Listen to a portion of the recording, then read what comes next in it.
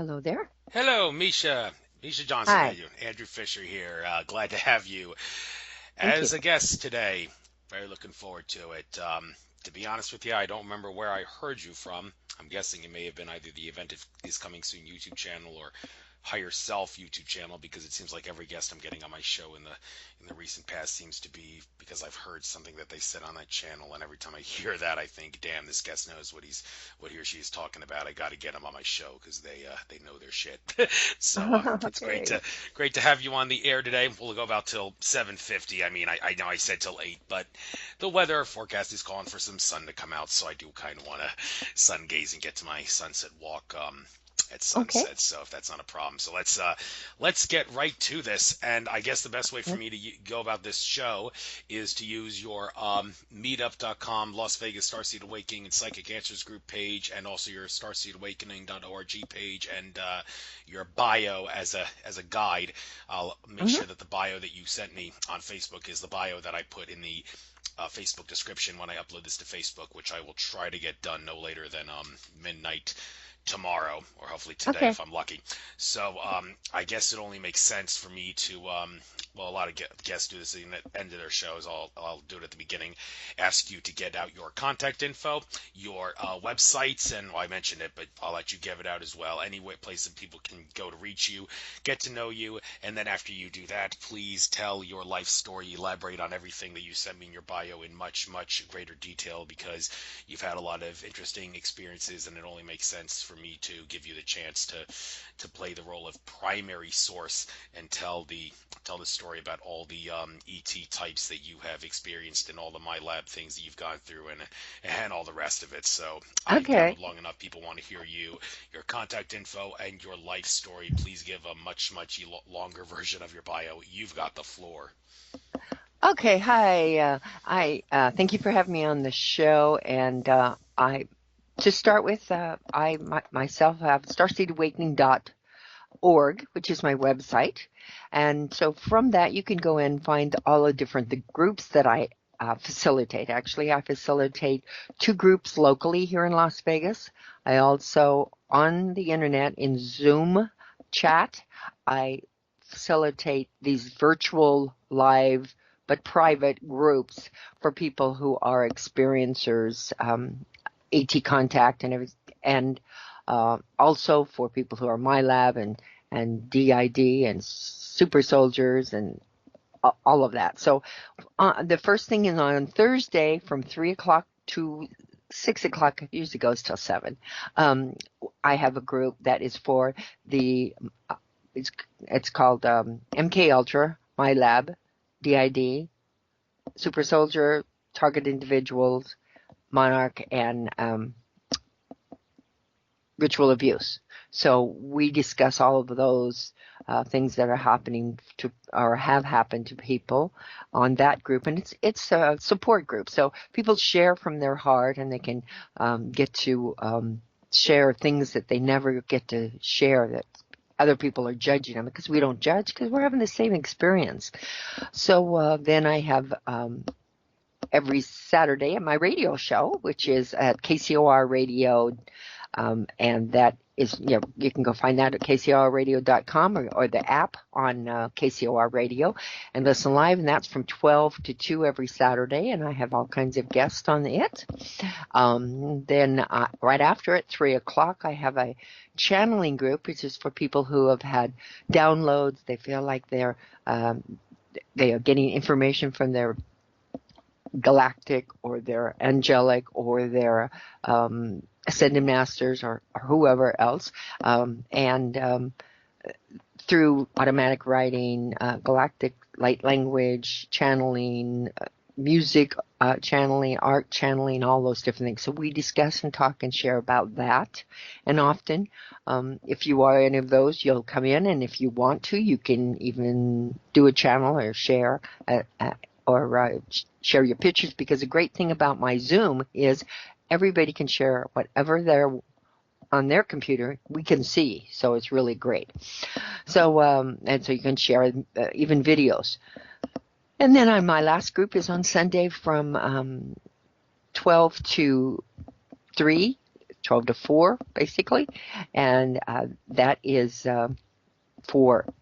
it first starts with ET experiencers, contact experiencers for the first 2 hours, and then the second 2 hours we have it mixed with all kinds of things, MK Ultra, MiLAB, all of it.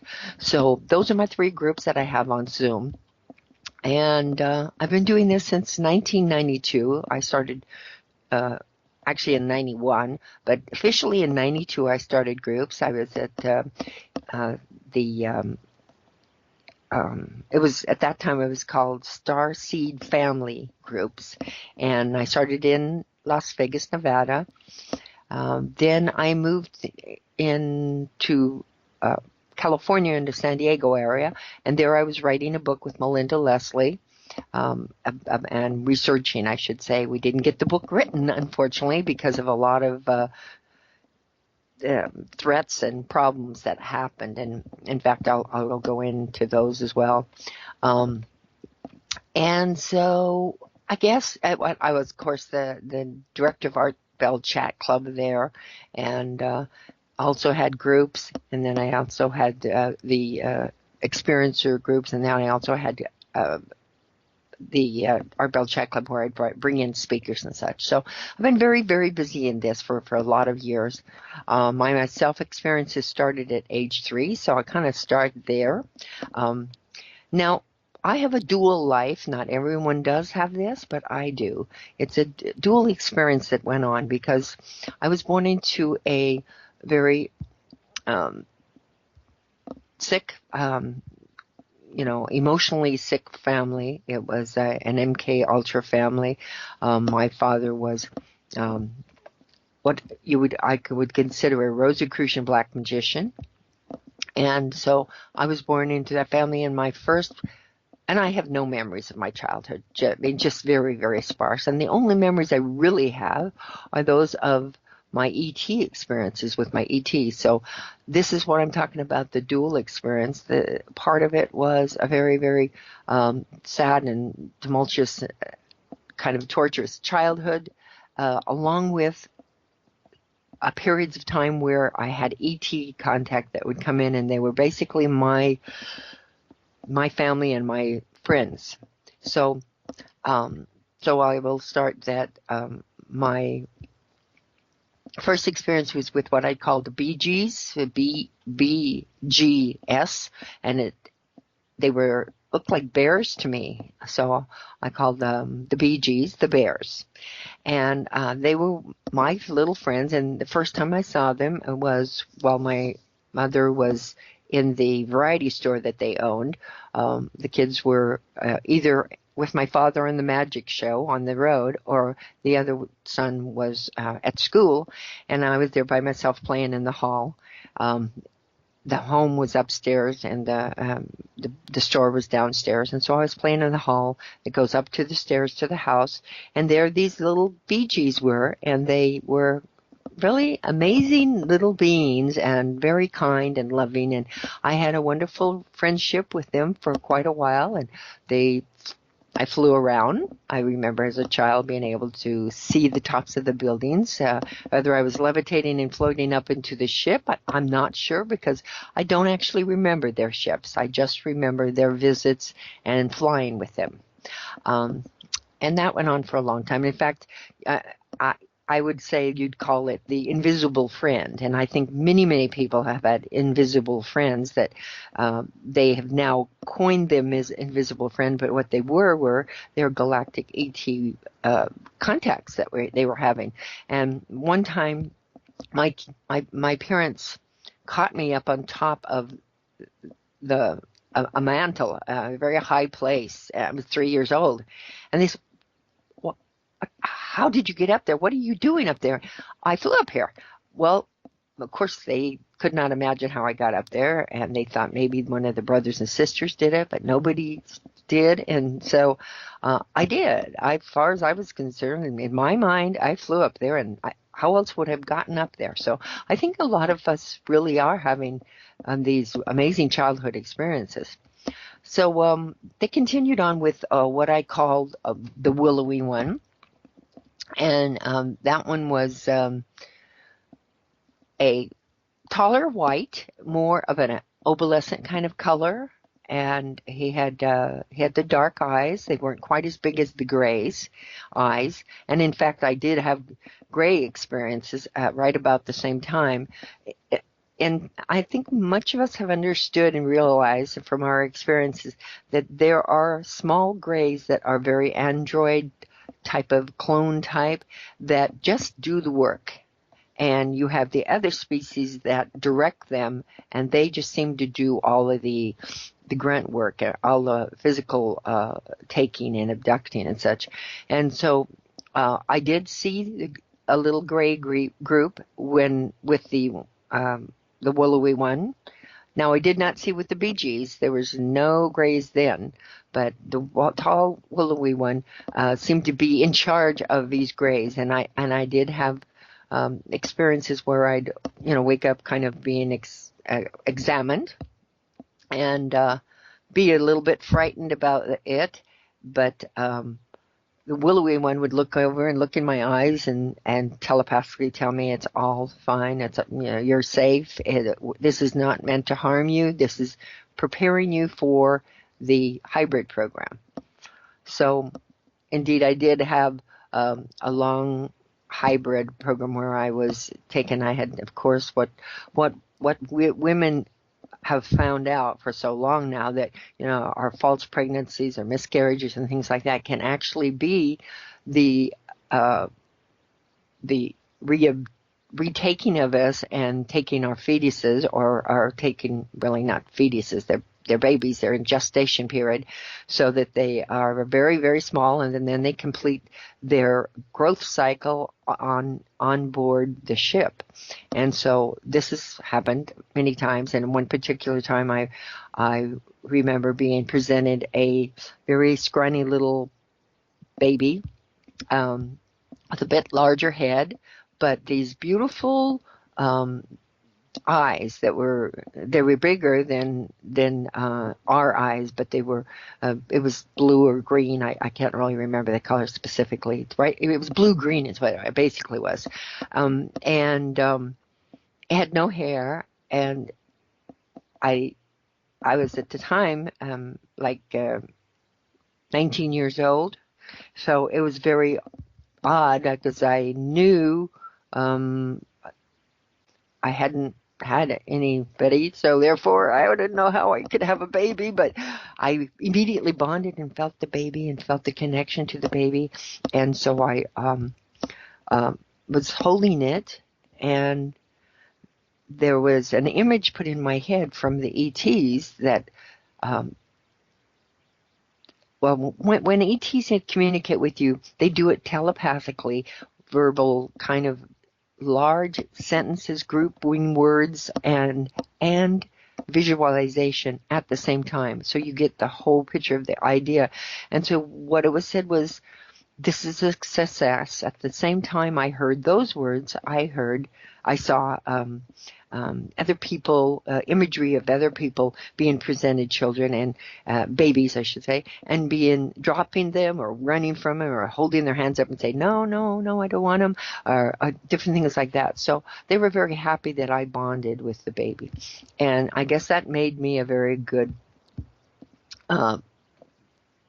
woman to have in the hybrid program. So subsequently, I was shown another child and presented another child. It was a beautiful little blonde girl with a little bit of a pointy chin, big blue eyes, and very sparse blonde hair, very thin.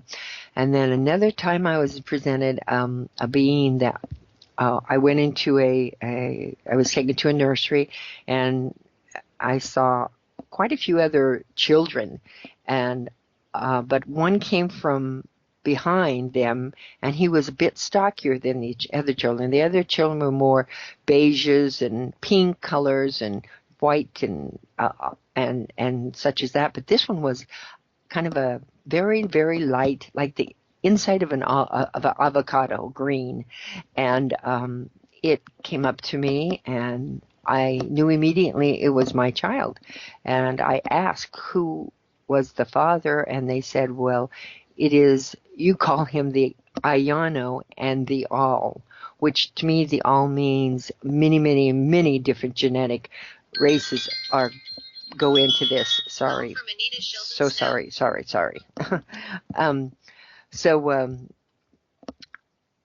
Many races go in to make these genetic children. So then I was shown and taken to another nursery where there were many, many children. And I asked which one is mine.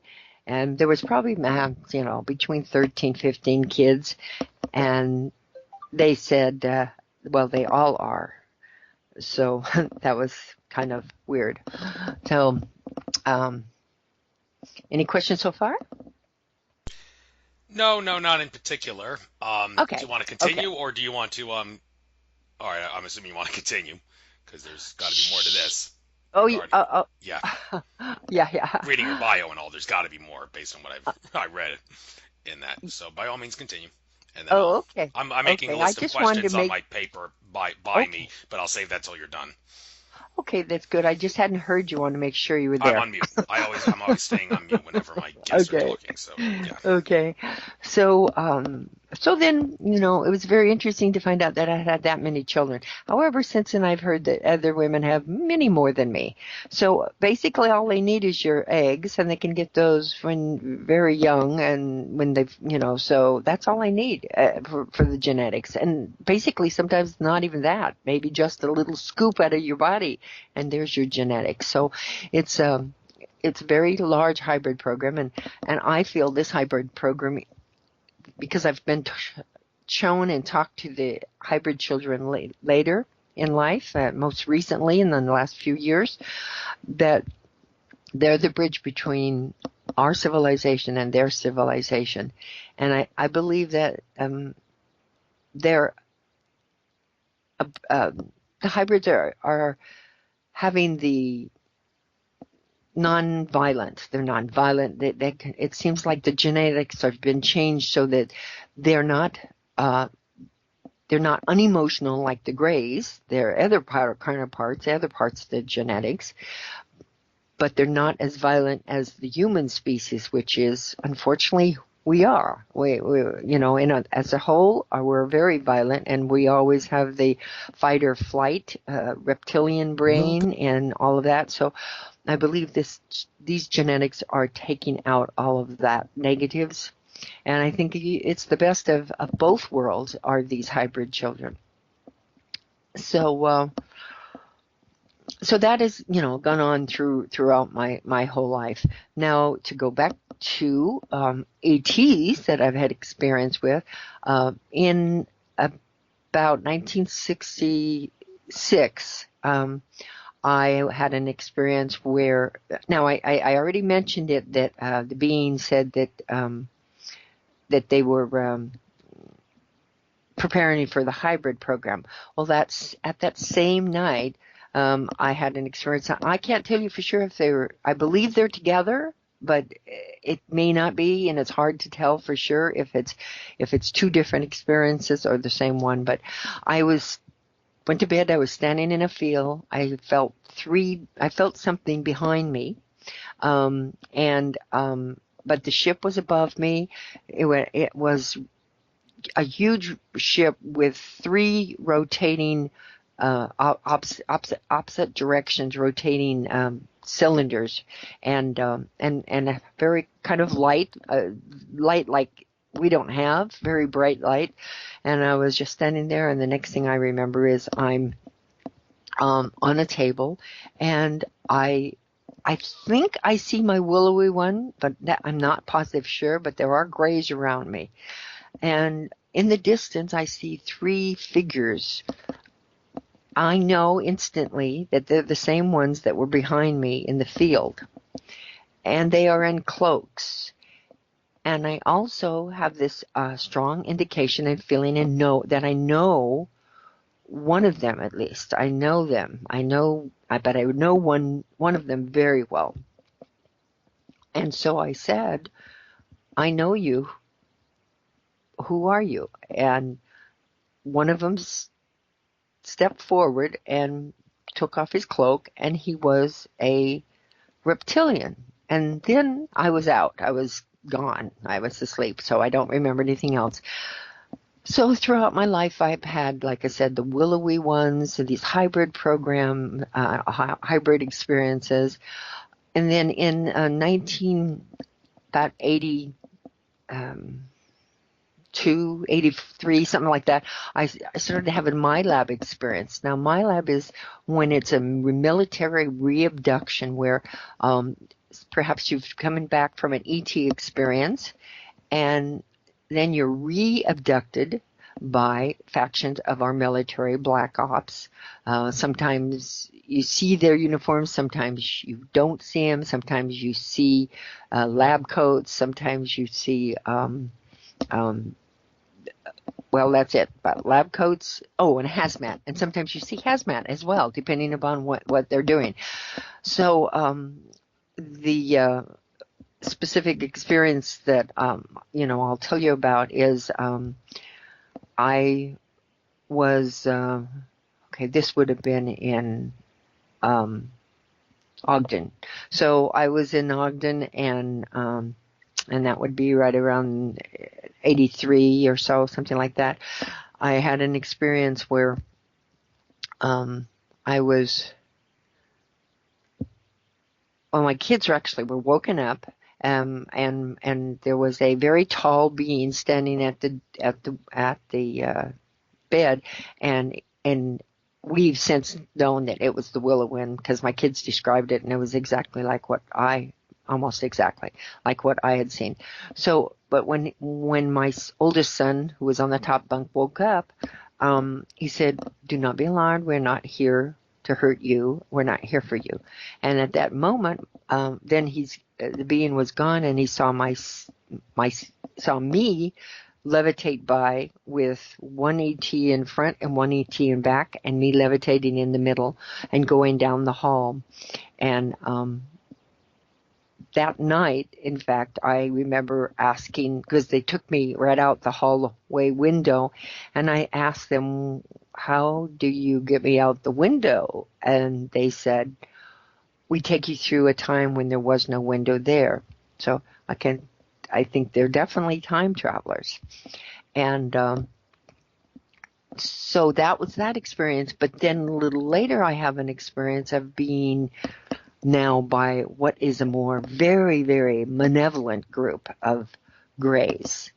And they actually are not only just floating me up and out of my room, but I seem to be moved back and forth and back and forth and back and forth in what I thought was my room, but I can't tell you for sure. But it was horrible. I thought that I was being attacked by demons, and that's what I really thought.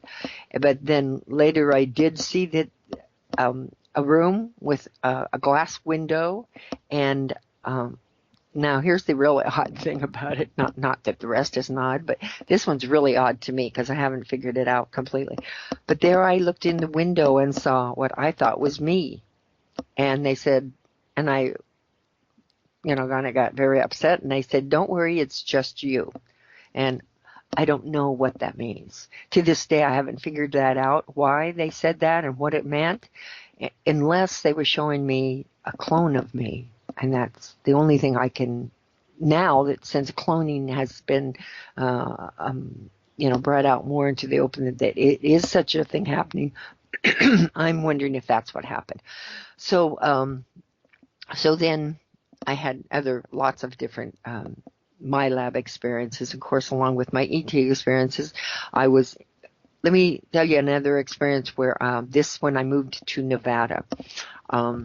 I had an experience where I was in an elevator. I knew I was in an elevator because we were moving down. Now, when you're in this kind of a semi-comatose state, you do not you can't turn your head, but you can move your eyes. And I saw in front of me a soldier in a military, what do you call it? Not khaki, but the dark green fatigue. Camouflage? Yeah, Yeah. no, it's just fatigues. They were just dark green fatigues. They weren't camouflage. I had seen some camouflage later, but not this time. And then just in front of me were a couple more people, and one had pajamas on, looked like another one had street clothes, and then there was another one. There was actually somebody who was completely naked, and of course, I realized at that time, well, I'm in my pajamas. They took us out of bed, you know. So then the elevator continues to descend, and then the doors open. And when the doors open, they shuffle the group out. It's a pretty large group, and part of them are taken off to the right and part to the left. I'm taken off to the left, and I'm able to just glance over to the right, and there I see my 13-year-old son with that group going off to these very tall beige gray. We call them beige gray, but I mean, they're not gray. They're beige, but they're the gray features similar to the features, but they're much taller. They're like 6 feet tall. And he's being taken off there, which is very upsetting to me because I'm thinking, oh my God, am I ever going to see my son again? And then I'm taken off to the military side. So that showed me they are working absolutely together and doing their experimental things, taking us in different directions. So then that morning I woke up and I was really upset. And my son came out and I said, "Well, how was your sleep?" And he said, "I had a really bad nightmare." I said, "Well, what did you have a nightmare about?" And he explained this dream to me about being taken in an underground base, being taken by these big tall aliens. And I went, well, that's exactly what happened to me too, son. So we talked about it and realized exactly the same thing. So that was that experience. So that the MiLAB experiences go on for people throughout their experience. It's as if the factions of these groups want to know what is going on board the ships. What are we learning? What is the propulsion of the ship? What abilities do we have after the experiences? They also sometimes interrogate us to find out where the bases are, because there's many ET bases that are on the earth, and so they'll interrogate us and different things like that. More specifically now, so then this puts us right about the time when I met Ayano. Now I mentioned earlier to you that there was Ayano. If I do go here, I'm forgetting all about the other part. There's a lot.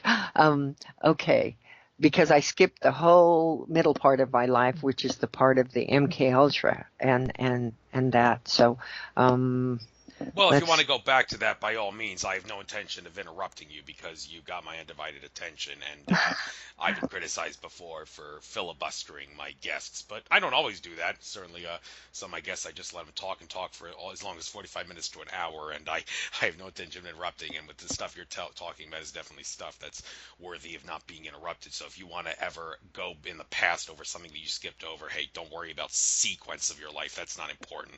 By all means, okay, go back to what you forgot to talk okay, about, even if it confuses the listeners. That's okay. It's important to get this okay, out. okay, great, right. Well, I have written one book, and I've got the second book out. The first book goes into the MiLAB experiences, some of the things that I shared with you today. So it goes into that in greater detail. And then my second book goes into the whole thing of I'm beginning with my childhood and going all the way through. So I'll just go back. As I said, I was born into a mind control family, and my MK Ultra is the term. For German term for mind control. Now, factions of our government, and not really, I hate to say government, there are factions in secret organizations that, like CIA and other NSAs and the different ones like that are very interested and want to use people as for experimentation, basically because they can, and they have been doing since the 1940s. So I was born into a family that was MK Ultra. My father had been MK Ultra. I know this because of some of the horrific stories he told me about the unbelievable abuse he went through.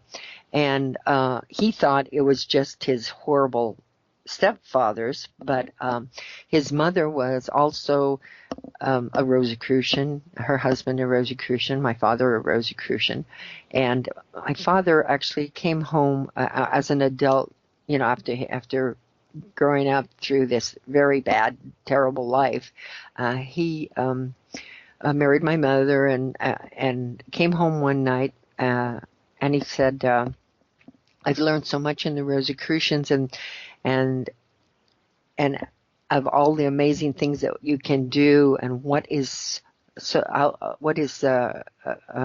unseen. And he says, and there's so much you can do, and I have such abilities, and so he put a cup down in the middle of the table, and he moved it with his mind, and it moved. And my mother was really surprised and flabbergasted. And he says, but it comes with such a great price. And I don't think my mother had any idea what that meant. But what it did mean was they had, within 10 children, the first one died, 2 were born, then 2 more died, and then another one, 2 were born, and then, or 3 were born, and then 1 died. Anyway, and then there was 1 that died after me. But they died of such strange things. And my father did finally tell me what had happened. But along with that, my father was as I said, he was a magician, and he had a magic show called the Great London Ghost Show. And he actually took 3 of the siblings on the road with him, sometimes during school and sometimes not. But he would take them, and they basically were working on the road with him to produce this magic show. He was an illusionist, he was a hypnotist, and a mind reader was his show. And his show went on for a few years, and my 2 oldest siblings, which one was his assistant and the other one was his stage hand, and the one who built the props and stuff for the stage, because it was a very large show. It had a lot of scenery and things like that. And then there was one other sister who was the contortionist dancer and was the entertained too. So, but the 2 oldest ones hated my father and had actually ran away a few times, but were brought back, and because he couldn't really lose his meal ticket, right? So finally, my sister at 16 ran away, and actually she ran away out of the state, and so he couldn't find her. And then right after that, my 14-year-old brother ran away from home and actually lived and traveled on the trains and lived on the streets until he was able to find his way. He went into the military, and he actually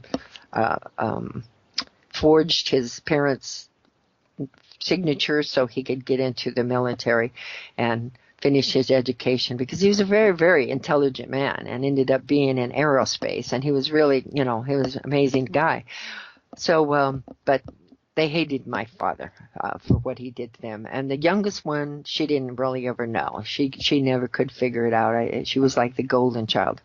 All right, so anyway, now that kind of gives you a background of my father. Well, my father, at the same time this was going on, it ended in 1952. And in 52 was my first memory of my mind control, my trauma-based mind control, and my father being mind controlled. I believe one of his alters was specifically my handler, and what did indeed do a lot of trauma-based torture of everything from pain to sexual nature. And in fact, one memory strong I have is waking up or being tortured, and him saying, you have to you have to go out of your body. You have to leave your body because you have to learn how to leave, because greater torture you're going to have in your life than I can possibly give you. So he was teaching me how to leave my body.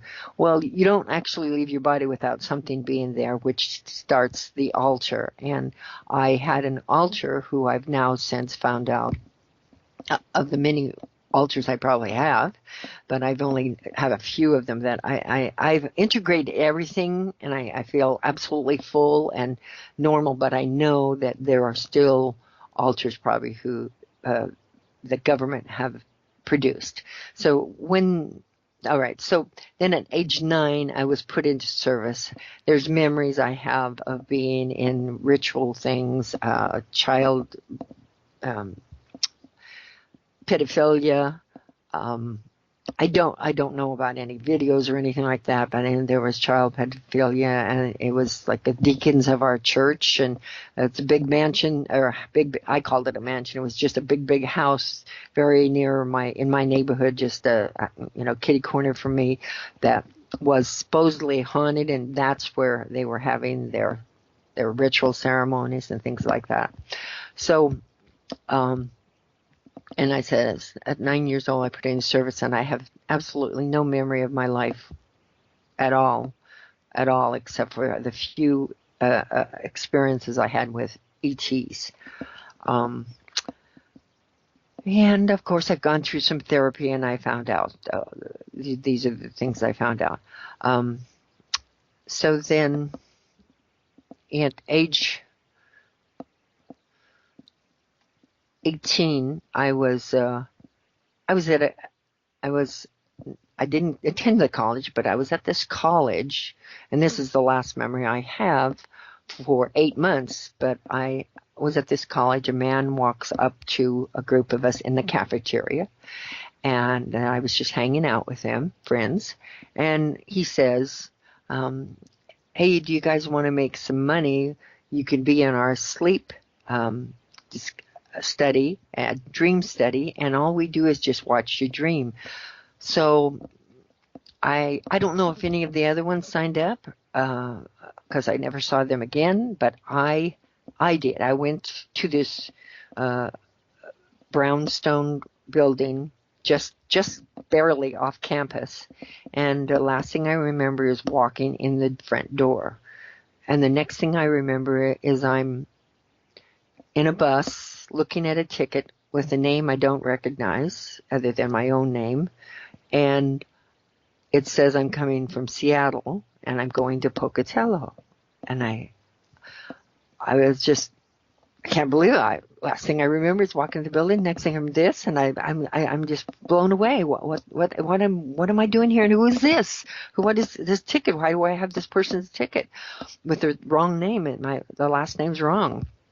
And then a program comes in my head, a flash comes in my head, that you were married, your husband didn't want to be married anymore. He was a Navy Marine.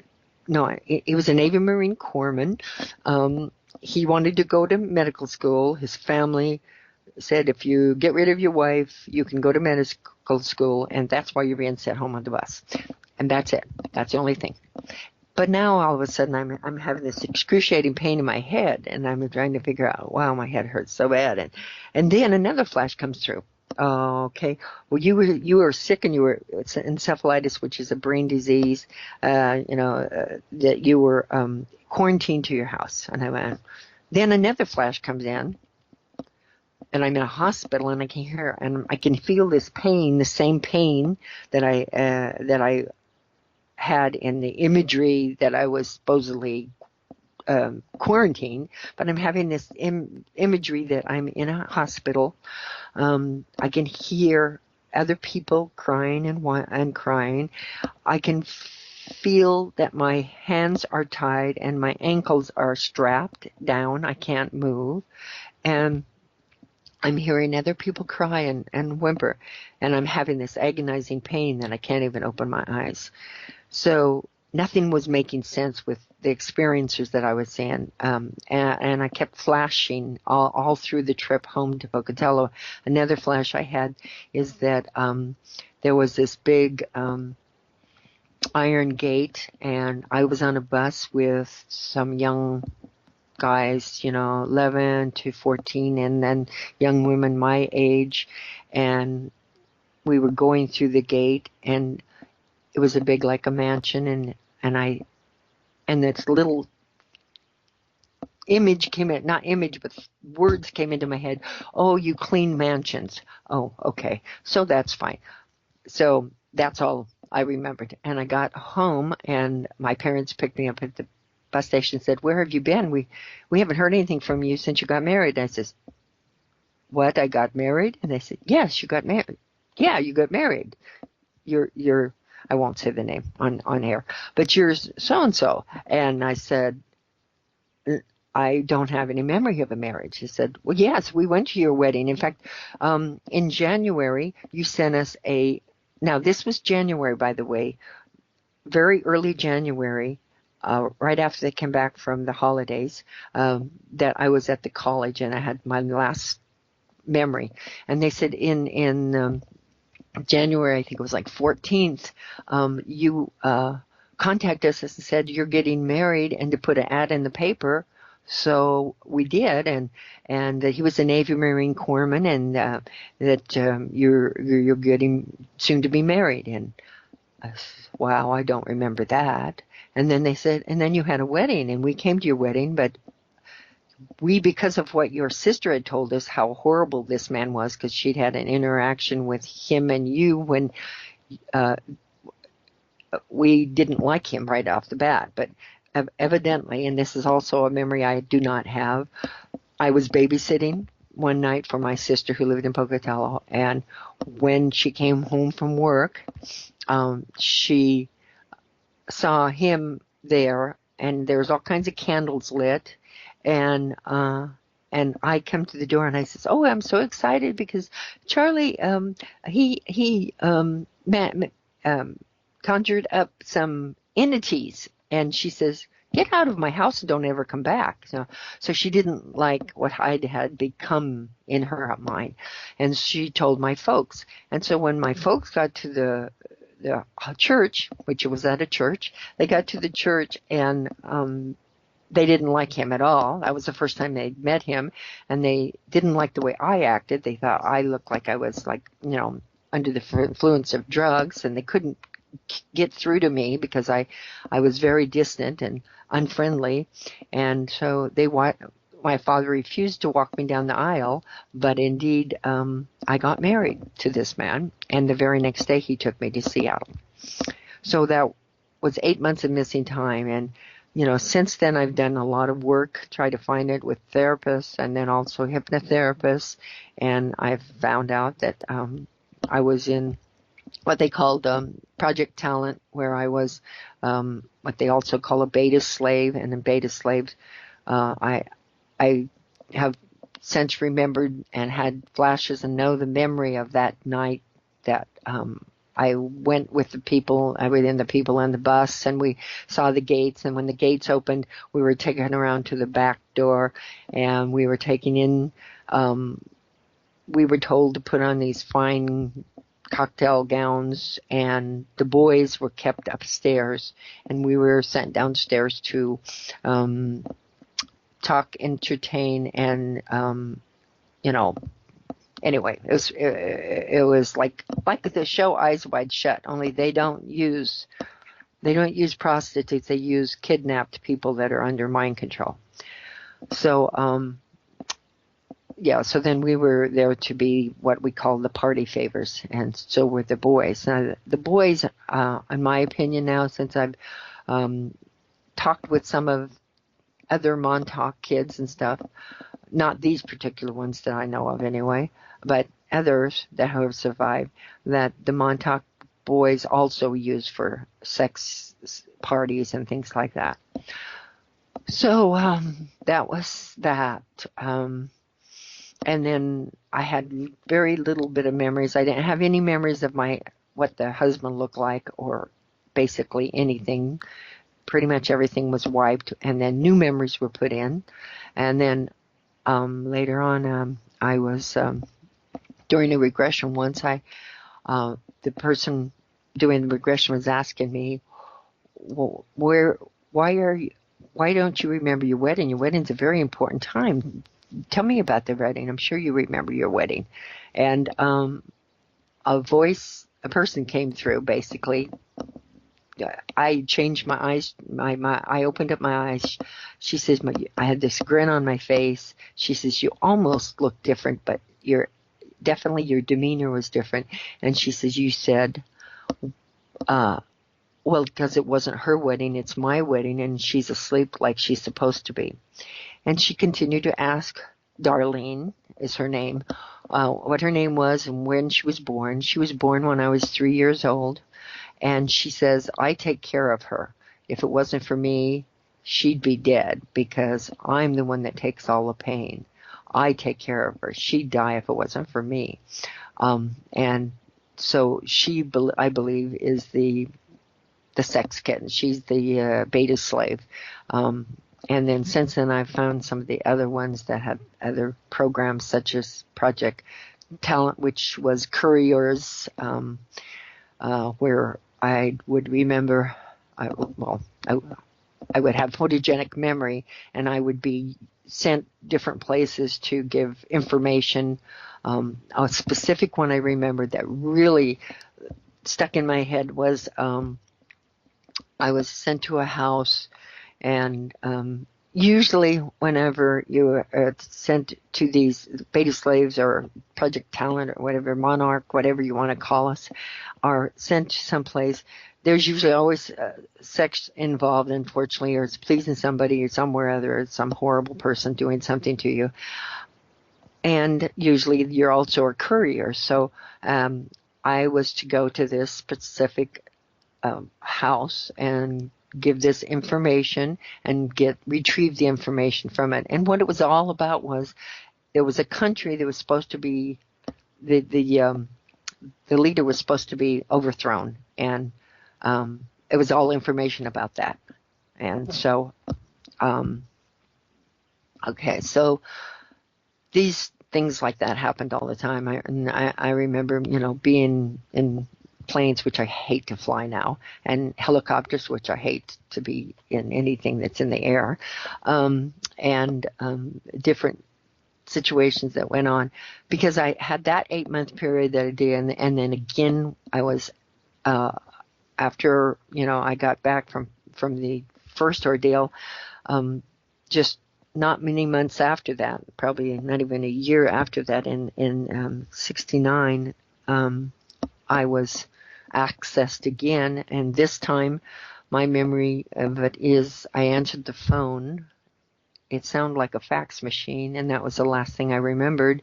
And I've since found out that I ended up going to Bob's Big Boy was my message. Go to Bob's Big Boy and go with him.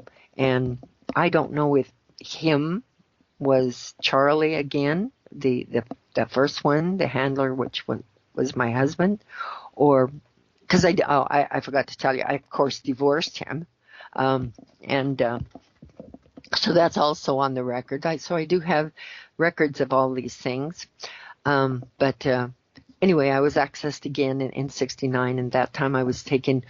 I thought it was San Francisco. In my memory, the flashes again, these odd flashes, these implanted memories that come in, is that the implant memory is that I was at Bob's Big Boy. A man came in and said, "Can you give me a ride to San Francisco?" And I said yes. And I'm going, no, that would not be. First of all, I had a job and everything else. Why would I do that?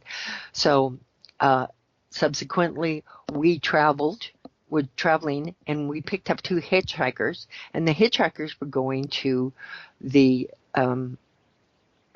Woodstock. And so we're giving them a ride with us. Now, that was in Salt Lake, Utah. And if we were going to pick up hitchhikers going to Woodstock, that means we're going towards Woodstock, New York. But in actuality, all my flashes tell me I was in San Francisco. So I believe I ended up actually probably both places, or it was all a screen memory, and I'm not sure. I just ended up in San Francisco. I still don't know. I'm still trying to get records or understand if I was in New York. But at any rate, I know I was in San Francisco because I had no memories from the phone call and the slight flash of memory of being in the vehicle when we picked up the hitchhikers supposedly till about 8 months later again, and then I wake up to my brother knocking on the door saying, "It is you. We've finally found you. We've been looking for you for so long. We've been looking and searching for you." And so I guess my father, and my brother started searching for me when I came up missing the second time, and they did find me in San Francisco. So in San Francisco, I have other memories, but those memories are all about ritual ceremonies, occult, awful sacrifices and things like that. So, let me see. Okay, so now we're pretty much caught up to that part of the story. And before I go any farther, is there any questions you have because now I'm going to kind of start on more of the current part of my life. Well, since it's going to be current, I guess we'll talk about some of the things that sort of went on in the past. Okay.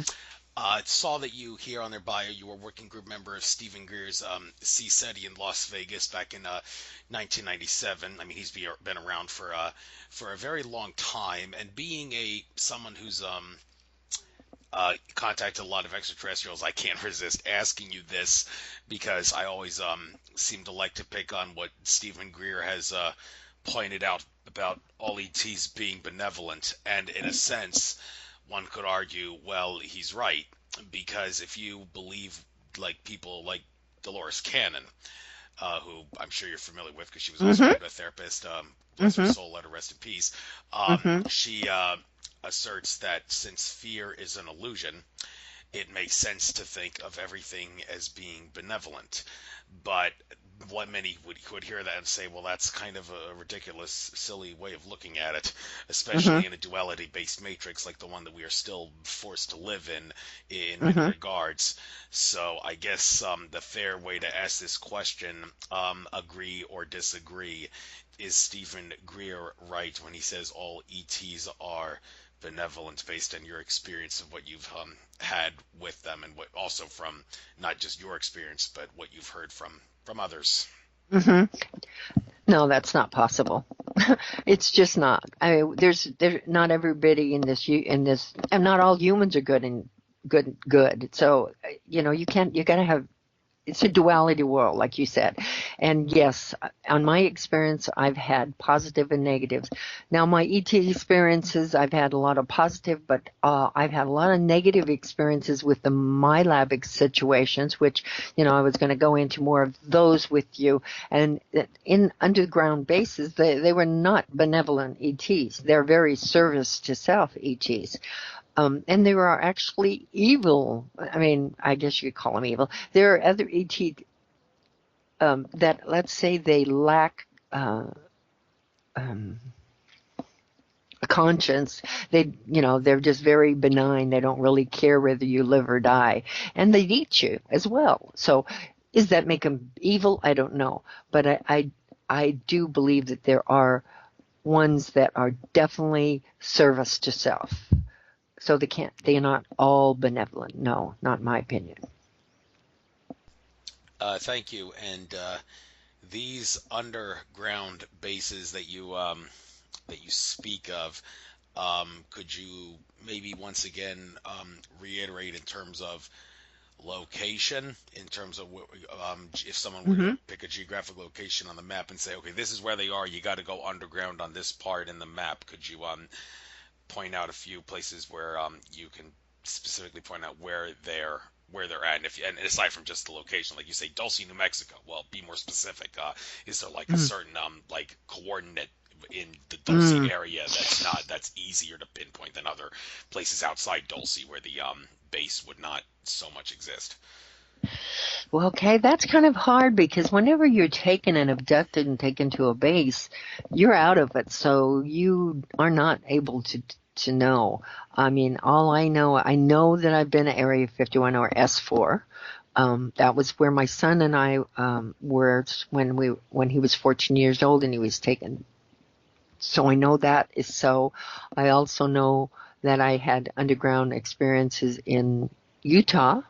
So and that was in Ogden, Utah, and I don't know where I know there's a large base that they've moved a lot of Area 51 things to, and I can't think of the name of it right now. So that's really, and then of course California. When I will be sharing an experience where a person and I was taken to an underground base, um, and that was in San Diego. So that was somewhere in San Diego. Uh, we both have we don't know really agree on where it was. I mean, I think it was out at Pendleton someplace, and she thought maybe it was Miramar, but I strongly feel it was Pendleton because Pendleton has a lot of wide open spaces. It's a perfect place for underground base. Um, so they have a lot of land that they do all kinds of maneuvers. It's like out here at Nellis Air Force Base. So that's where I think. And of course, there's China Lake and, places like that. But I can't give you any real specifics because you're out of it when you're taken.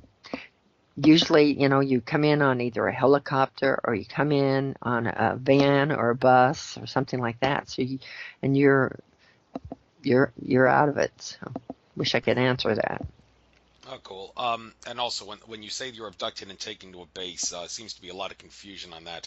Are they actually taking your physical body with your soul still intact in your body, or are they actually like removing a soul shard of you and leaving your body behind and taking, or is it a combination of both? And does it depend on like the individual as to whether or not they would decide, okay, we're just going to take their whole body, or we're just going to leave their body behind, and we have the technology to like take an astral part of them to the base and leave their body Hmm. behind, and the body can still continue breathing, even though for all intents and purposes, some part is having an out of body experience which got abducted. Hmm. So, how does it really work? Okay, well, it's both ways. For me, I'm quite a bit older, and so a lot of my experiences with my first ones in the 80s seem to be physical ones. But now people have a lot more. And even my experiences now, I had a physical one. That was definitely physical when we were taken in group. That was physical. It's kind of it's mixed. A lot more people now that are having experiences are talking in my groups and stuff are talking about more of the astral. So I believe they learned the tricks, back engineered. I'm sure that they got help from them, but they've figured out how to do it astrally at some point or other in the past, and um, so I think they found that they can do a lot more that way than taking people physically, but a lot of my memories, the one with my son, that was definitely physical because when we talked about it, we both remembered being in this van with a bunch of other people. It was like a truck van, like out the back of a semi truck. It was big like that because there was a lot of people in, and we remembered that. I have other memories that are similar to that. So I believe that a lot of them for the government are physical. Can they do it astrally? I think yes, they can now. Okay, thank you. And a lot of people try to figure out what these bases look like through the remote viewing phenomenon. Hmm. But if you does the government or the forces that control the government, if that's the way you want to look at it, do they, if you were to hypothetically remote view a base, do they have the technology to detect that they're being watched? And they would, in which case they would say, stop remote viewing us. We know you're watching us. And they may even hassle you after that if they know that you keep doing it. So would they know, or is that out of their power? Yeah, they have psychics themselves. They have a team of psychics that do their own remote viewing and stopping and blocking. I actually was in a remote viewing class, and I think it's part of what my training was, but it's a memory I have of that was really did happen because I have witnesses and I know I did.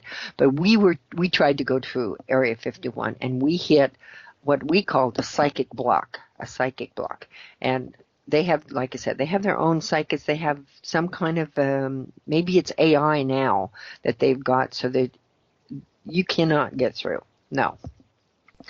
And they have their own. They used to have anyway. Back in that was in the late '90s that we hit that block, and we definitely got the feeling it was a psychic block of energy.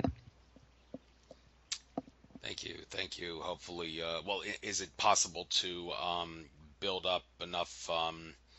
How should I put this? Power. Spiritual power to overpower the psychic block. Do you think? I'm telling you, these people, these psychics that they take and have and use, they're pretty powerful. I don't know. I haven't really heard of anybody being able to. Yes, I take that back. I have had some people astrally traveling and ending up at Area 51. In fact, one was talking about, I'm sure he wouldn't mind if I told this story because he told it on my radio show, but Preston Dennett, and he astral travels, and he got into the base, and all he saw, well, he saw very little, but what really stuck out to him is he saw people that were the common workers were like mutants. They, I'm sure, were their failures in their own genetic experimentation. And they were just the janitors, or they were the maids. They were, the people that moved the heavy objects and did the grunt work and stuff like that. So it really shocked him to see that. And I think I'll have to remember. I don't remember the rest of it, but it seems to me that he seemed to have gotten a really strong block after that, after they realized he was in there. So he got in there, but then he was found out, and then he was blocked, kind of basically pushed out, if I remember. That's what he said. But Okay, so and yeah, people. I don't know if they can. I don't know if they would. I don't know if they're able to. I mean, let's say if there is 25 psychics that went together, yeah, maybe they could do it. But if you've got, two or three people trying to do it, no, I don't think they can. Because energy flows where attention goes, even though you're infinite consciousness, it does help without question to have a lot more energy flowing to become Exactly. possible. So that's a consequence to living in a matrix of a heavy density. You gotta use them, get people together to get the job done. So well, Mm-hmm. hopefully that'll change as our vibrational frequency rises in the future. So Yes, right. yes. But that being said, speaking of which, before I give you the chance to get into your more present encounters, I do want to try to jump into the future a little bit here. I was listening to one of Brad Johnson, who channels Adronis's recent interviews, and the guy who was interviewing him asked, when is it going to be possible for the ETs to actually show themselves on Earth to the point where it will be safe for them to do so without an Orson Welles War of the Worlds radio broadcast happening all over again, humanity losing touch with reality and freaking out, and society falling apart from the realization that ETs exist. Mm-hmm. Well, first of all, before I get into that, Reku Salandich I can't help but pick on him a lot in the present day, because I had him on my show a couple years ago. He was talking about how in 2017 his ET contact friends would actually be showing themselves publicly, maybe not as far as like a big mothership over a city, Independence Day style, but maybe something of a smaller nature. And he Hmm. even went as far as saying in 2017 everything that Andromeda Council contactee Tolek said would happen in January 2014 but didn't happen is going to happen in 2017. Well, a lot Hmm. of people have been picking on Ray for that. If you go to his Facebook page, you'll see a lot of people posting on his timeline. Okay, so can we hassle you if we don't shift in vibrational frequency this year? Or okay, so where are the ETs? Are they going to show up yet? Or are we still got like half a year left? Are they going to show up? And he hasn't answered. It's like he's disappeared off the face of the earth for Hmm. whatever the reason. And well, I don't know. I don't know what his excuse is for wanting to disappear, but maybe he realizes somehow, some way, he's been suckered by some sort of false light, and he's going to, and he realizes he's wrong, and he doesn't want to come out and say that yet. I don't know, but his claim that the ETs would show themselves in 2017, that kind of flies in the face of what Adronis said in the interview. He said, based on the current energies and the rate at which the energy is rising and the rate at which people are raising their consciousness to the point where they would actually be able to handle the truth, if you know what I mean, when the ETs show themselves, he estimates, and I'm sorry people if this is going to piss a lot of people off because you're like, oh, come on, we have to wait this long.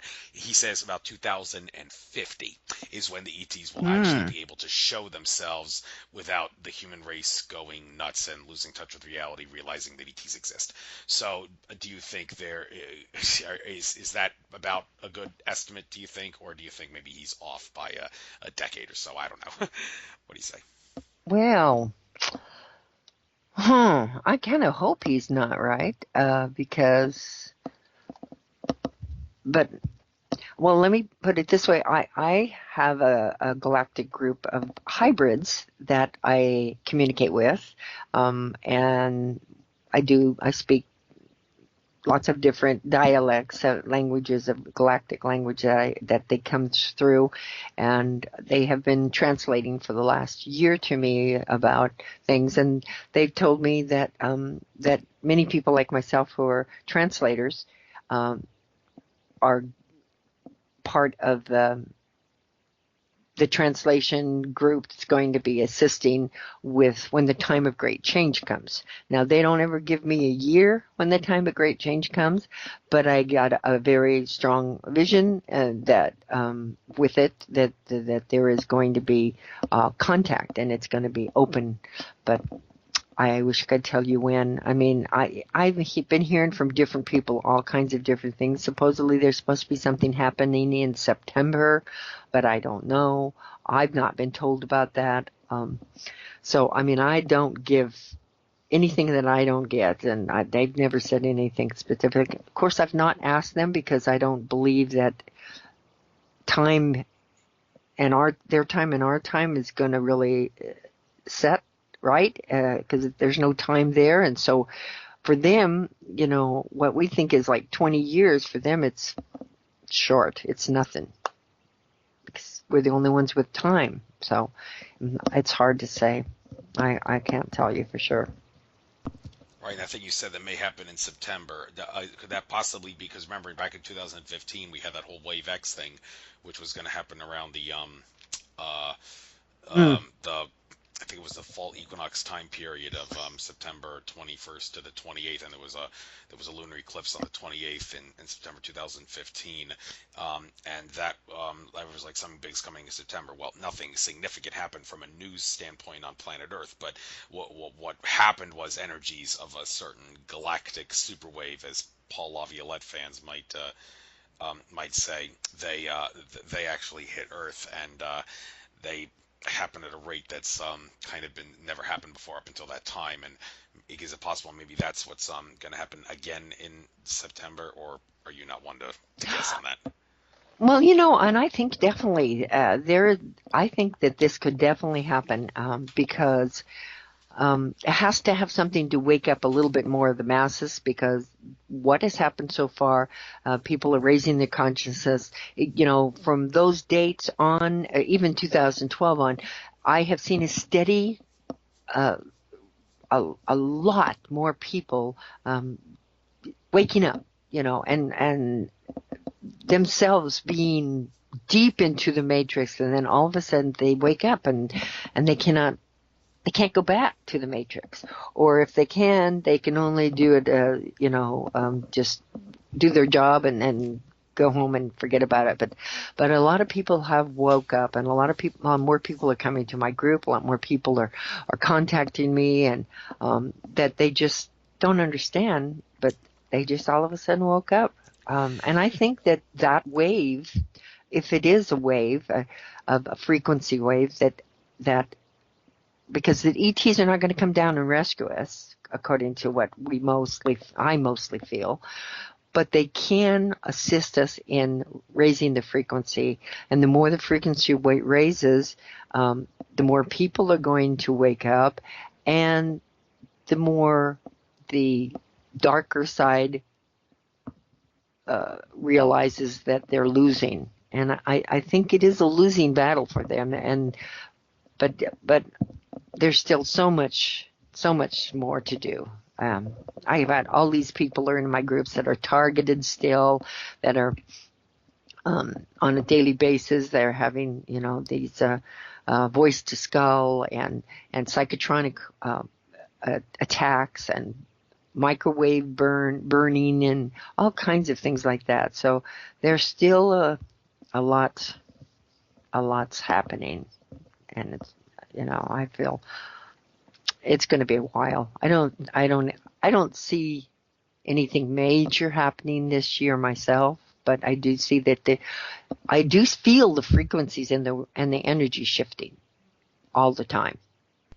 Funny you say you don't see anything significant happening this year. It seems like some people have said 2017 is one of those years when the 21st century comes to an end. 2017 will be a year that everybody remembers as something significant of happening in that year relative to other years in the century. And I don't think anything of that nature has happened yet. No. Some people talk about a Donald Trump assassination happening in September around the fall equinox time period. Mr. Cat-Eye has allegedly decoded some things on his Mr. Cat-Eye YouTube channel that he says point to that, but I'm not really one to elaborate on that. Also, however, I want to point out though that some people like Rex Bear of Leak Project and also Mike O'Vara of Late Night in Midlands Radio have been having guests on their show that claim that we do have a brown dwarf-like star object moving through our solar system at the present moment. And a lot of people have confused the issue by making people think that this is the same as the planet Nibiru that Zecharia Sitchin has glorified in his book, The 12th Planet, when in fact it's not. Although they do say this brown dwarf, it has a 3,600-year elliptical orbit like Sitchin says Nibiru does.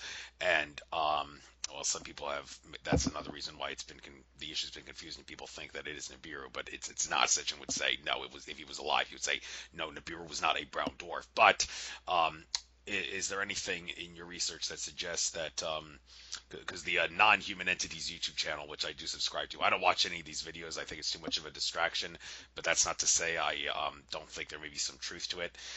Is it possible that there is evidence that NASA is covering up that we do actually have a brown dwarf-like object moving through our solar system, which could have effects on a physical and also a metaphysical level in the upcoming near future? Any comment? Well, I've watched a few of the things about the NASA, and yeah, they're definitely hiding something. They're covering up something, and large ships, they're at the off the sun, and I've heard, of course, all that about the brown dwarf and Nibiru.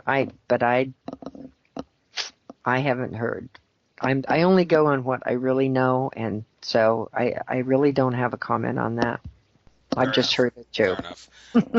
But when it comes to people like contactees and experiencers talking publicly about what they've experienced, is it one of those things that people are free to basically talk about as much as they want because the governments or the powers that be, whatever you want to call them, they aren't really, are they like not really too concerned about people talking publicly about this stuff? Because it's one of those things they say, go ahead, talk all you want about this. Nobody's going to believe you. Everybody's going to dismiss that you're crazy because the human race is so lost in a trance still, even though people are waking up. There's so many people Mm-hmm. lost in a trance. We're really not concerned about people like what you do, Miesha, going Mm-hmm. publicly about this. Or is that actually changing in the present day where evidence is coming out that these people know what they're talking about, to which point the powers that be would actually try to shut up the people that are going public about this? Or is it like depend on the individual as to whether or not the government will or will not hassle or harass you for trying to talk about your contactee experiences on a public level? Mm-hmm. Well, I think it's an individual level with it, but I do believe that there's so many more people coming out that it would take a lot of money and a lot of people and manpower and everything like that to stop all the people that are coming forward. And I think it's kind of a mass consciousness that's raising, and they're kind of not able to do anything about it. Um, yeah, they may make some larger figures examples, but I think in a whole that there's just so many people, and there's so many whistleblowers coming out, and there's so many other people that now have finished their secrecy contracts and such like that, that they're coming out, people, deathbeds, confessions, things like that. Some of it is even soft disclosure. I think they're allowing a lot of it for soft disclosure because they can't say it, but they can sure allow it to leak out, just like they do with the movies. A lot of movies are soft disclosure. So I think it's twofold. I think part of it is they want some of it out, and I also think that there's a large two-faction kind of thing, even as within factions of our government that are pro self-disclosure and want this to get out, and other ones that have got a lot to lose because they're the guilty ones and they don't want it out. But I think there's a battle going on there, and there's even a battle going within the occultists and the different groups and stuff, that you've got your negatives and of people and the positive people, like the positive people are trying to get out. You even see it in Hollywood. Okay, you see these kids breaking down, these artists breaking down, shaving their heads or cutting their hair off, or saying weird things. Hip hoppers saying things like, "I signed my life over to the devil," or just there's so many things that is breaking down. I think even as well as the people like myself, that the mind control is broken down, and I'm way older than them. Well, I believe that the consciousness of the universe is raised in such a degree that I believe it's going to make a difference, and as it keeps raising, it's going to make a difference that more and more people are going to wake up, and Hollywood's going to break down too. And all of these kids are mind controlled. There's so many artists that Katy Perry, for instance, she just was recent one that what she went happened to her. I know exactly what that was. Her altar broke down completely, and there it was. She was done, and so her altar was no longer in control. I've seen it over and over with all kinds of stars. So I think that's what's going to happen. Thank you. A couple more questions before I give you the chance to explain more what's going on in the present day. The thing about on your Starseed Awakening at org website, Galactic charts. Would you like to know what planet you are from? What if you could find out? You got these charts, and also what look to be triangle-shaped crystal pendants of some sort. I'll give you Uh-huh. the chance to make a sales pitch out of this if you want. Tell us what these things are, how they work, how in the hell can they help you determine where you're from. And these crystal pendulums, it says a lot of people scoff at the idea that you can wave a pendulum in front of you and close your eyes, and the pendulum can give you an answer to any question.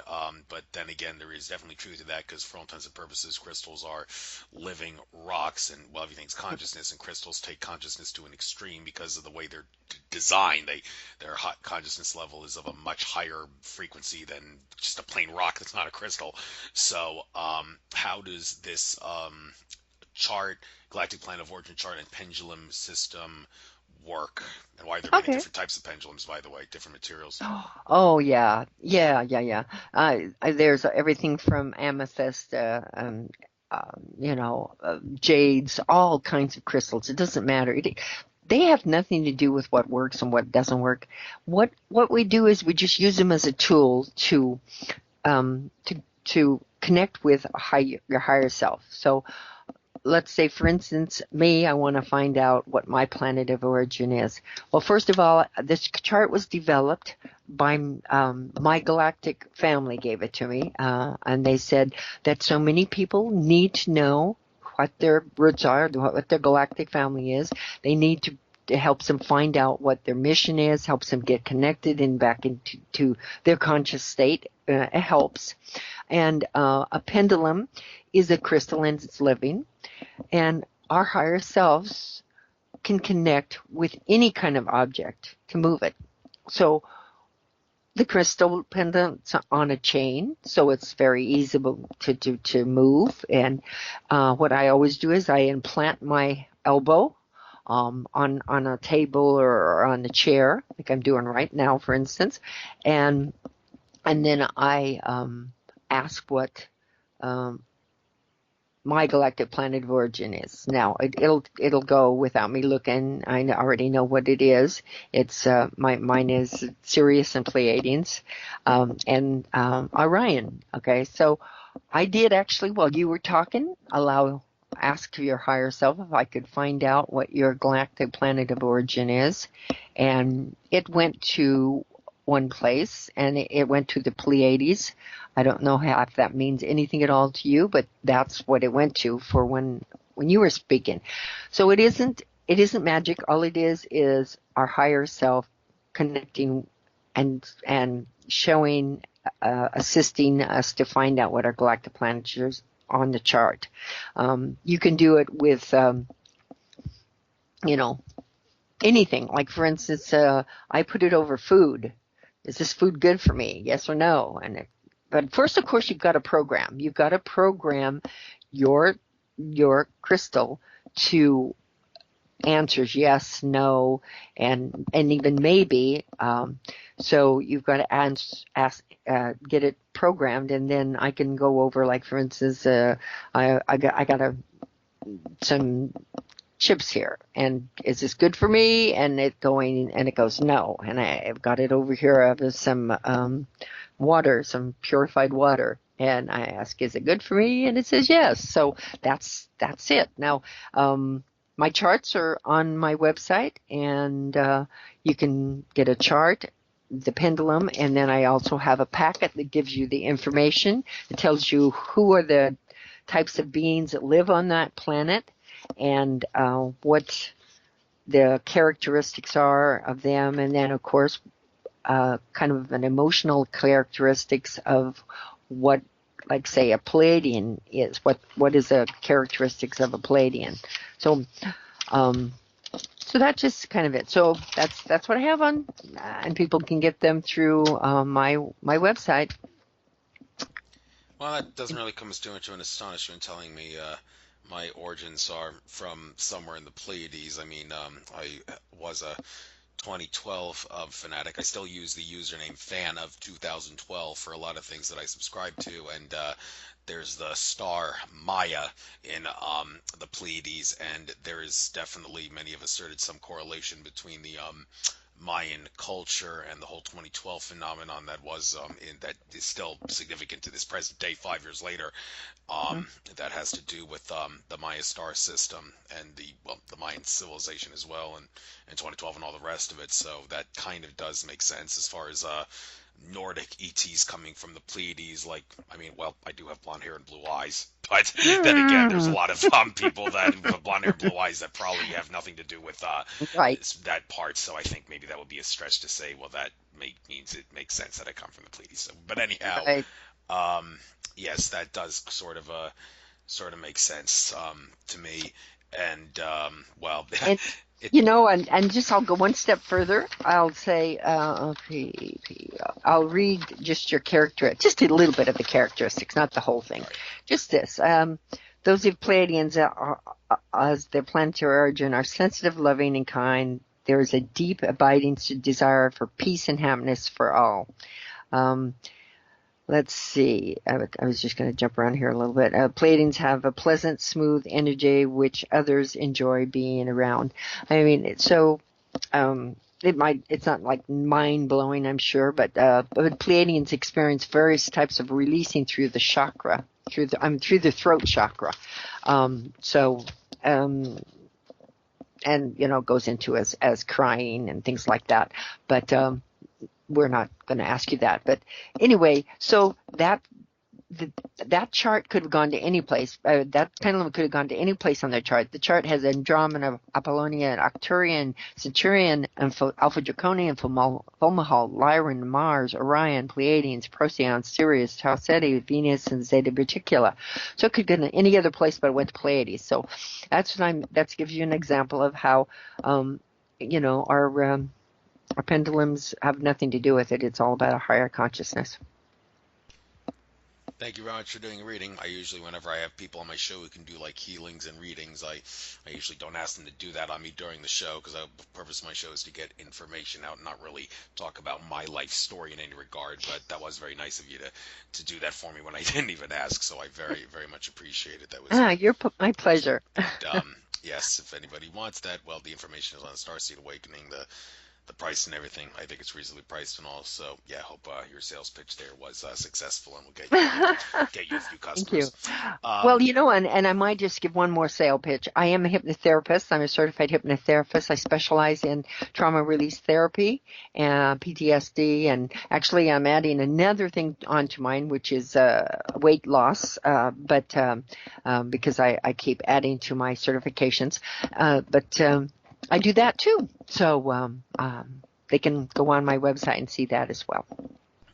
I Thank also you. have readings for people who want to speak to their galactic families and such, talk to their galactic, parents and families and things like that and get messages because I do mediumship as well. Thank you very much. All right, one more question before I give you the chance to talk about your present day experiences in greater detail. As far as the looking at the ET gallery here on the site, one question people would ask about this: these ETs that you have a gallery of here. I mean, would you actually be able to see them in visible light? Because a lot of these, many would think, are of a higher dimension or density of consciousness. Therefore, you wouldn't actually be able to see them if they were to be in your room or like that. You would actually have to, they would have to lower their frequency for you to see them, or you would have to increase your frequency or utilize your pineal gland or heart soul essence to, in some higher consciousness way to see them. So as far as what dimension of consciousness these entities come from and whether or not you can actually see them without altering your consciousness or them altering their consciousness, any comments or statements on that? Well, actually, you said it perfectly. You really did. Because they have to lower their frequency for themselves to be seen, or they have to raise our frequency, and that's why so many people do not see beings unless they're on board a ship, and then the frequencies have. I've raised and there's a difference there. So, and then of course you've got your beings that don't even have bodies that all are lighter energy. But it's interesting that, I'll be sharing some of my experiences, but I've been visited by beings that could do both. They could come in energy and then they could materialize as a human, or a humanoid, and then disappear right out like a vortex kind of energy thing again. So, yeah, I think you really said it perfectly. I can't do any better than what you said. Yeah. Oh, one more thing. The whole shape-shifting phenomenon. I had Mark Richards' wife Joanne on recently. She Oh, yeah, friend.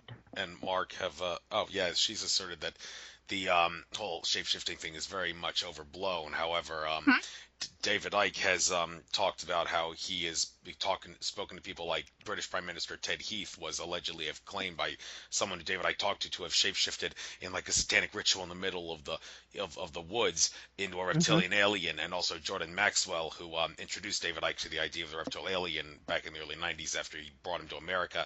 He said the first time he heard about the reptilian alien was from a witness who witnessed a similar thing of a ceremony going on in the woods where someone shapeshifted into an 8 foot tall lizard or something. And of course, Kathy O'Brien, in her book Transformation of America, which was written before Ike popularized the whole reptilian alien concept, she asserted she saw George Herbert Walker Bush shapeshift into a reptilian alien. So shapeshifting being overblown, or is it a real phenomenon, or is it kind of been misconstrued? Any comments on that? Yes, I believe that there is such things as shape shifting. I also believe that there is other things that they can do to make you see what is what you want to see or what's more comfortable to you. So, like the screen image is one thing, but yes, they can shapeshift, and whether it's actual shape shifting in every case, I don't know. I think it's different, and different groups have different. But when people talk about people in very low energies, such as Bush, or such as these cult ceremonies and such, I definitely believe that there's definitely shape shifting during the occult uh, rituals that was at. I did not see shape shifting myself, but I did see people who, um, well, I mean, they were in a ceremony and they were, with robes on and they were human looking, and then I saw reptilians, so I saw them together in the same thing, but I did not ever see the shape shifting myself, so I'd have to say I didn't see it, except for one situation, and that was,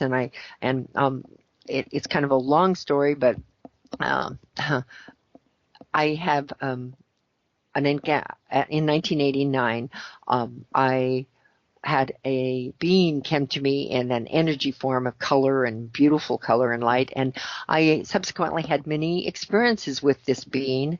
Didn't ever see what they looked like. I had, in fact, onboard experiences where I was on board in a ship with other people. Also, all I saw was other humans. We were in a class like setting. There was I could hear strange languages. I could see the languages and symbols and stuff. I could hear. In fact, there was even music sometimes, and I believe that that was part of my training for my galactic light language that I do, and so that's why I think. But at any rate, that was going on. Okay. Then one night, I saw that energy come in, and I said, "You weren't. You're not this image. What do you look like?" And the image switched into this very handsome blonde man. And then I asked, "No, that's not your image. I want to see what your real image is. Show me what your real image is. I mean, I feel your loving nature. You're very kind. You've been kind to me, but I want to see. I'm ready." And I had a, telepathic message. "Are you sure you're ready?" And I said, "Yes, I'm sure I'm ready." Again, he asked, "Are you ready?" First, "Are you sure?" And I said, "Yes, I am." And so there in front of me, and if you want to call it a shapeshift, it changed in from this blonde man to a reptilian. And he was a very kind being that I'd had all these encounters with. That started out in the colored energy, then one night showed himself as the human, and then changed into what he really was a 7.5 foot reptilian, with the eyes with the eye slit. What's there? Now I can't think. I can't think of what they call it now, but anyway, with the gold eyes and the vertical slits. There we go, the vertical slits, and he actually had this kind of a front on his chest that was like, the only thing I can tell you, if it felt and seemed like a tortoise shell. So, and I came to find out that is a natural armor that they have. That is, whether it is part of them or it's an organic one that it's put on, I don't know. So I saw that, and then he had 4 fingers and actually a thumb as well, but they had claws on them, and same thing with his feet. So that's all I can say about shapeshifting. And this being was very benevolent and had and ended up being my protector in several occasions, and is now my protector. My protector. He is still kind of resides, shall we say, in and out of my house. And other people have seen him. They've seen him in my hall during support groups. People have seen him. Lots of people have seen him or felt him, as well as myself. So that's my story about it. Thank you. All right.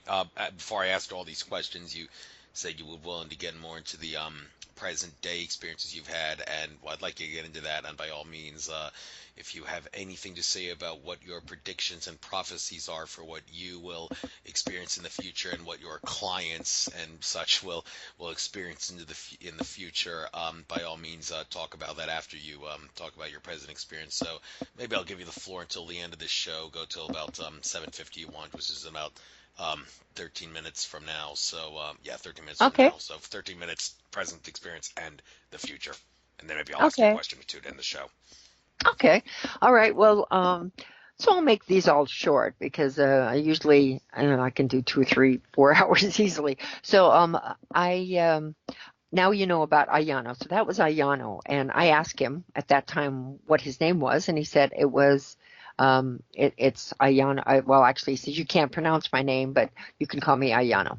So I have then since and had a long experiences with Ayano, along with my willowy ones throughout my life. Now in 2000, I was on a show. Like I mentioned earlier, that I had been working with Melinda to write this book. It was going to be called, what's it called? I can't even remember now. But to write this book about not just it's called Covert Military Harassment, Surveillance, Interrogation, and Mind Control in the Extraterrestrial Abduction Experience, research of Miesha Johnston and Melinda Leslie. So we were working on this book, and we had spoken at other conventions and in other radio shows, and we were on the Art Bell show was when he was kind of making his transfer off, and it was, I think his name is George Siegel, was the one who interviewed us.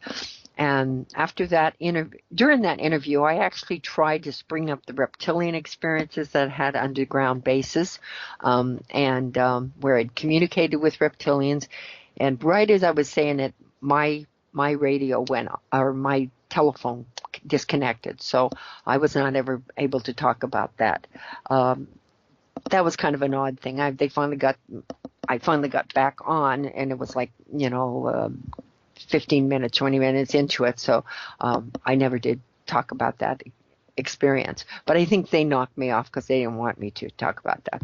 So 2 nights later, because Melinda was at my house at the time, and she was sleeping on my couch, and I was in my bedroom, and we woke up, not that night, but the next night, because she stayed over because we were working on a conference lecture that we were doing in the near future. And we woke up to my coffee table was broken. And I asked her, why is my coffee table broken? She says, I have no idea. I didn't break it.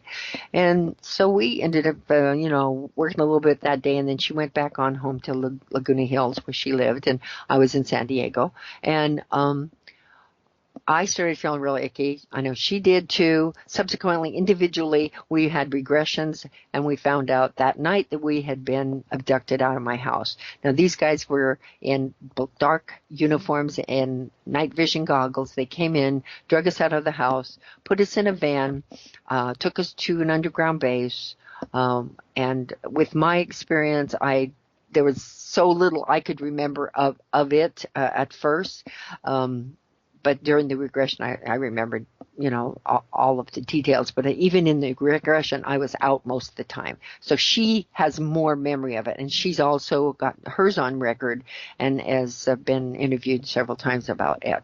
But my experience part of it was that I was woke up and there was, like many other times, I had military. And it always seemed to always be lieutenant colonels. The lieutenant colonel was rocking back and forth and screaming at me and saying, that's it, you're done. You're not going to be talking about this. It's over. And to bring the point home, I want you to meet somebody. In walked this large, light green reptilian, kind of green gold reptilian.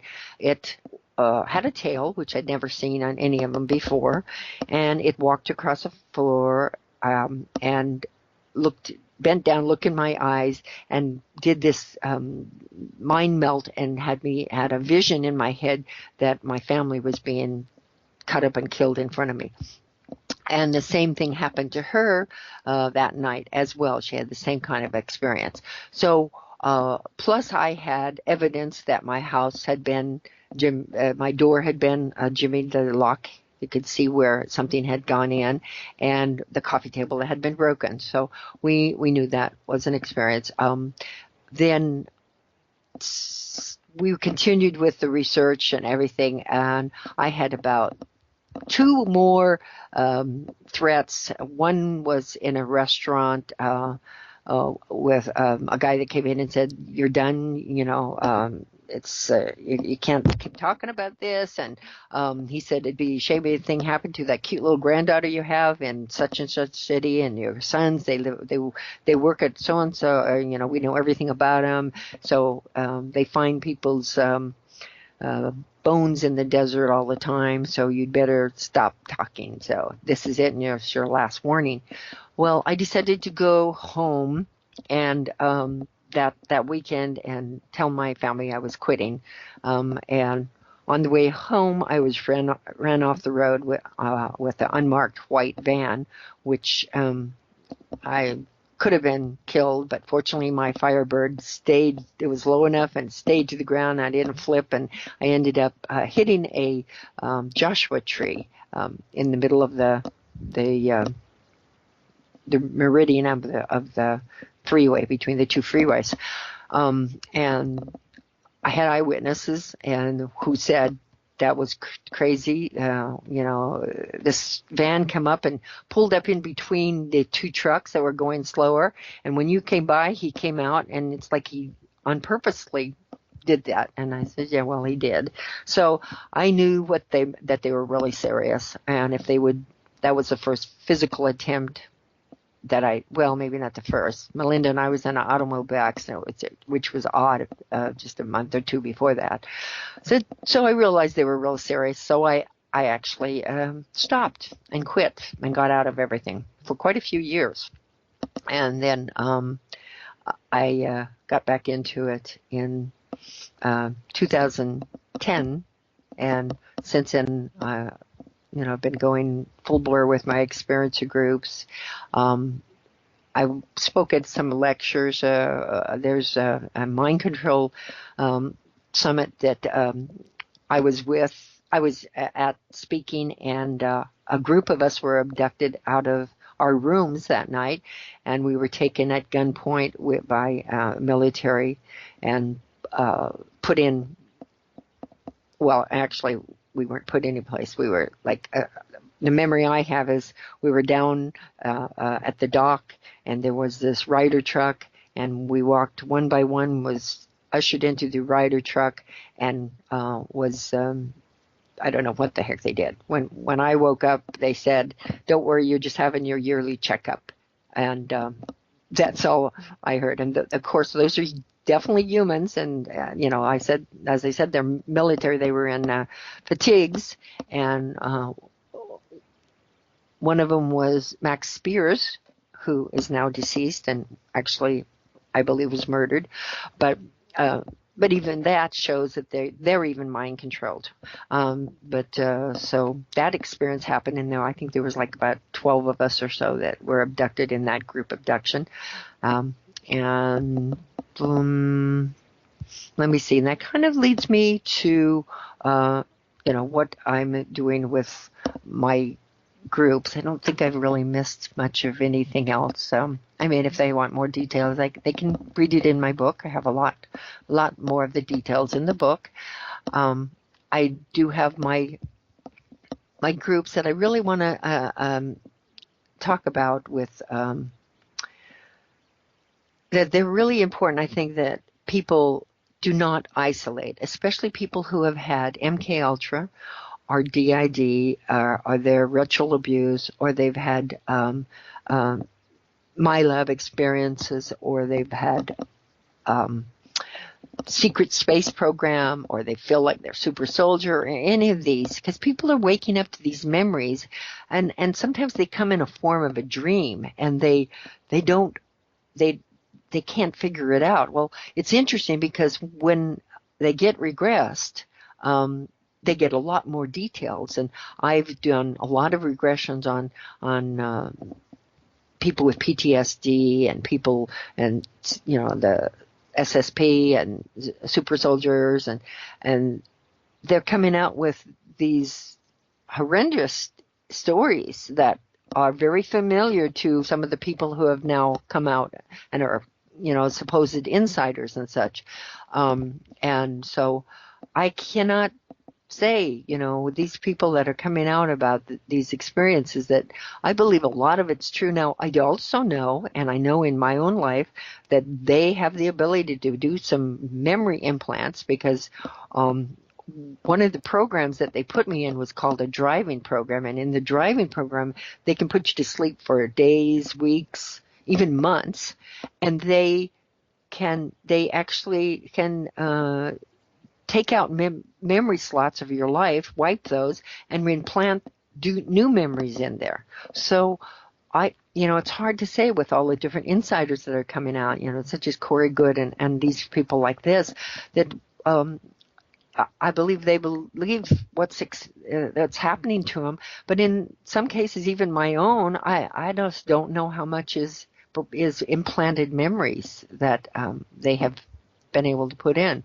But I do believe that there's definitely some truth to it. And when I do regressions with people and I get them talking about their experience, and they go into like deep sessions, especially the people who have been mind controlled, they seem to go very much in deep session and almost altars, and sometimes do speak through with their altar. So it's really important that these people go to somebody, to a qualified hypnotherapist or a psychologist, but make sure that if you're going to go to a therapist, a psychologist, or somebody, that they themselves understand about this, because it's so odd and unique. It's even more odd than ET abductions. And in a lot of cases, a lot of abductions have that covert aspect to them as well, so that it's really hard to determine what are your real contactees, situations where you've had contact experience, what are the abduction with ET experiences, and what are the government abductions. It's a very fine line between all of them, and it's hard to understand. And so I just encourage people to seek out help with other people, go to groups, don't isolate. If these memories are coming up, find somebody to talk to about this, because they're not coming up by accident. They're coming up because they need to come up. And a lot of people, as far as our consciousness raising, are getting and being woken up so that they can do their own missions. There's other people out there that are besides myself that are stepping forward with different whistleblowing and talking about this, that they have their own missions that they need to find out. These people just really, need to find someone to talk to. Right. And just a couple questions for you. First of all, regarding the whole thing about implanted memories in you, one would hear that and say, well, the simple solution is right before you go public talking about your experiences, the proper thing to do would be to ask somebody who could do healings or clearings to remove all implants out of your body, in which you would think after they do that, then everything you're going to be saying is stuff that you believe to be true and not something which was implanted in you that you believe is true simply because you were implanted. But is it that simple, or is it not necessarily going to work like that? Can a healer really remove implants from you to the point where you're not going to be suckered into telling a lie that you think is true? Well, I've had implants removal too, and but I think the implants I'm talking about is implanted memories from hypnosis. So I believe that if they can implant memories in hypnosis, we can also in hypnosis find out what the truth is. Oh, okay. Thank you. That makes sense. And also, hate to end the interview on such a terrible note here, but the whole thing about them threatening you, saying things, and you and other people saying we're going to murder you and your wife and kids if you don't if you keep exposing this, is that understood? I have spoken to some people, like Rule of Law radio host Eddie Craig, for example, who have exposed a lot of dark secrets about like attorneys and police that are engaging in corruption through the traffic ticket scam and all that. And I ask him, why are they not threatening you anymore? He continues to expose stuff like crazy and he doesn't get threatened anymore.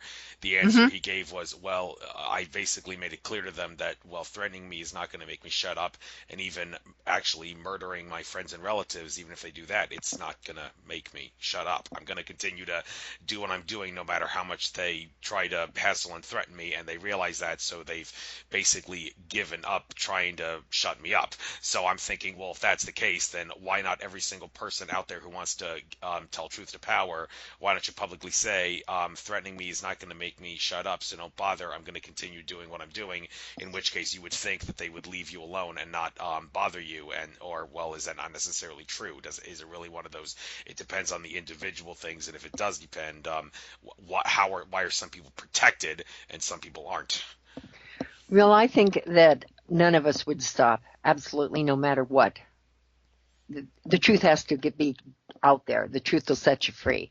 And I absolutely agree with him that it doesn't, no matter what. I mean, there isn't such a thing as death anyway. And this is a lousy matrix to live in.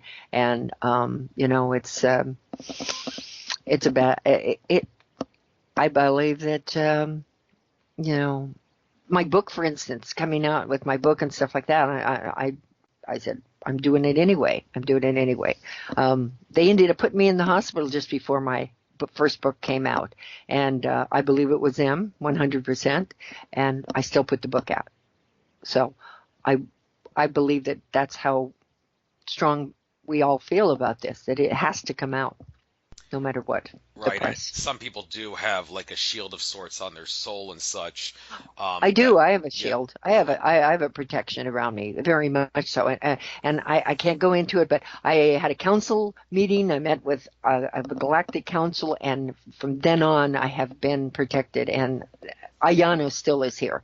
So let me just put it that way. So hypothetically, if they did actually kill you, would that cause a disturbance in the force to the point where everything that you stood for would instantly become amplified, and humanity will wake up and attain freedom at a much faster rate than they would if you were kept alive?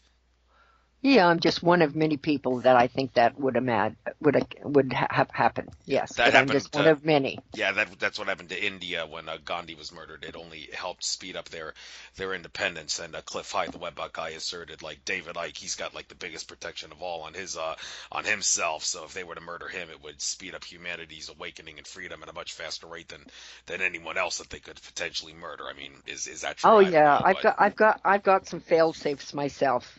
That I, even though I don't bring out names in my books, I've got some things hidden away in different places. So Right. That's good to know.